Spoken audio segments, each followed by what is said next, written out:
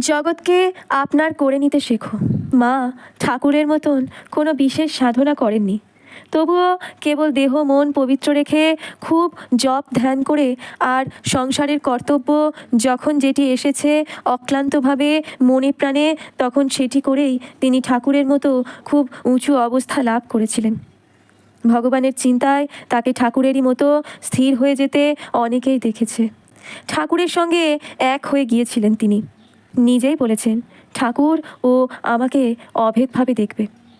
1920 খ্রিস্টাব্দের 21শে জুলাই রাত্রি 1:30টার সময় মা স্থূলদেহ ত্যাগ করেন।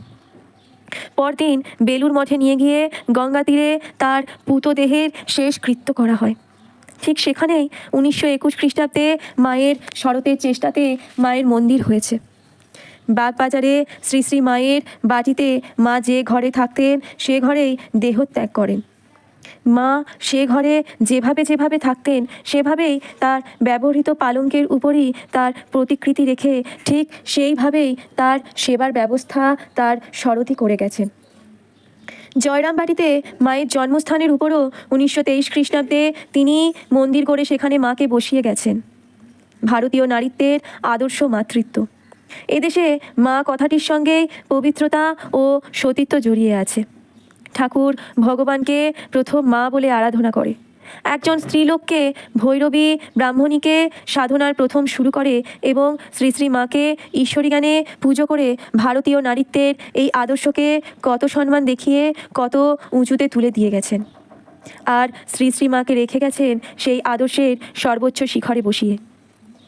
আমার ছোট্ট মায়েরা, মায়ের আদর্শে তোমরা জীবন গঠনের চেষ্টা করো। শরীর ছেড়ে গেলে কি হবে? মা তো এখনও রয়েছেন, তিনি তোমাদের সাহায্য করবেন, শক্তি দেবেন।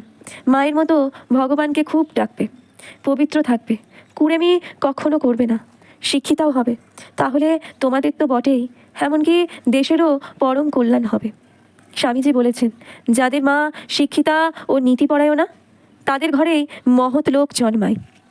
মায়েরা উন্নত হলে তবেই তাদের সন্তানদের মহৎ কীর্তি দেশের মুখ উজ্জ্বল করতে পারবে।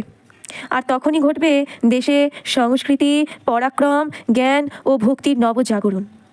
এরকম মায়েরাই তো ভারতকে পুণ্যভূমি করে রেখেছে, মহামানবের সাগর তীর করে রেখেছে। এটি ভুলো না।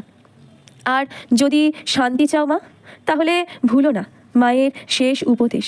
কারো দোষ দেখো না, দোষ দেখবে নিজের। জগৎকে আপনার করে নিতে শেখো। কেউ